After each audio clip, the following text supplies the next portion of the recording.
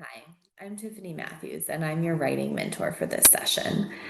Now that you've completed your proposals and will be getting feedback on them shortly, I decided to post this video so that you have one extra resource as you go to write your rhetorical analysis.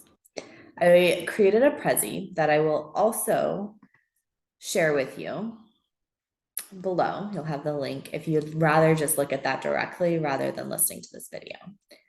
There will be some extra tidbits in this video that might help if you have any questions.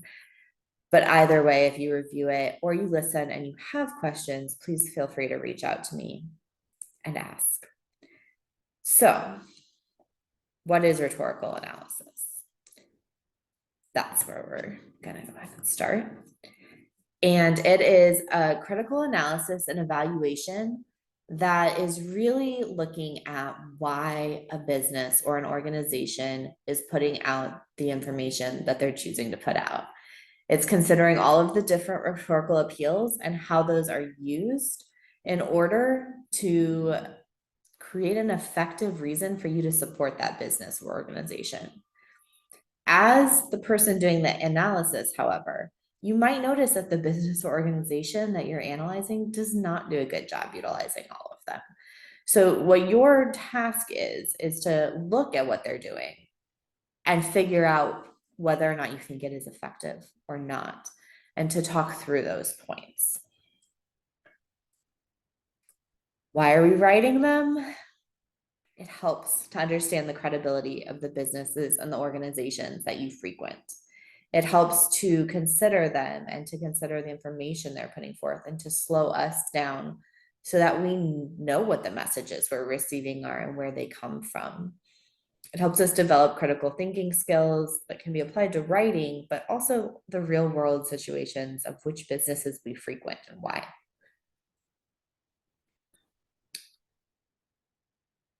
Usually, the first place that you start with most things is a thesis statement. This is something that you might come back to and edit after you have written your paper and you realize that maybe your business actually didn't do a good job using one of the rhetorical appeals. And maybe you want to switch your thesis statement so that it talks about how great they are at using pathos, but they could have an improved use of logos on their website or in their social media. So your thesis statement is really going to encompass whatever it is that you are actually talking about in your paper. And it can be a good starting place for you to outline, but it can adjust based on the information that you find. Ultimately, you are looking to evaluate the success of your business or organization at using the rhetorical appeals. In your thesis statement, as well as the rest of the paper, you are looking at a more formal tone for your paper. This doesn't mean that you can't include your own voice. It just means that it's your professional or your academic voice that you're going to be prioritizing. You're not reviewing the business itself and talking about how amazing or not amazing the business is. You're talking about how amazing or not amazing they are at presenting what they do. So what you're looking at is basically, how do they market themselves? What rhetoric do they use to present who they are and what they do? And then you'll take that and analyze that. So those are some things to keep in mind as you're considering tone. In some ways, the visual aids that you use also will set a tone for your paper. So you're going to be considering that as well. Is it an image that contributes to your overall analysis, and in what way? You can communicate that through the body of your paper or through captions of your pictures. You'll be considering what size these images should be and what placement they should have and how that can impact the writing that you are contributing to this assignment. And then you'll head to your conclusion and your chance to wrap everything up.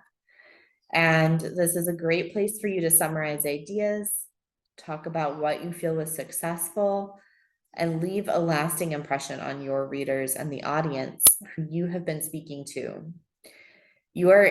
There's two audiences involved here. There's the audience of the business or organization, and then there's the audience of the people who care about your rhetorical analysis. And so you'll want to keep both in mind as you're writing your paper.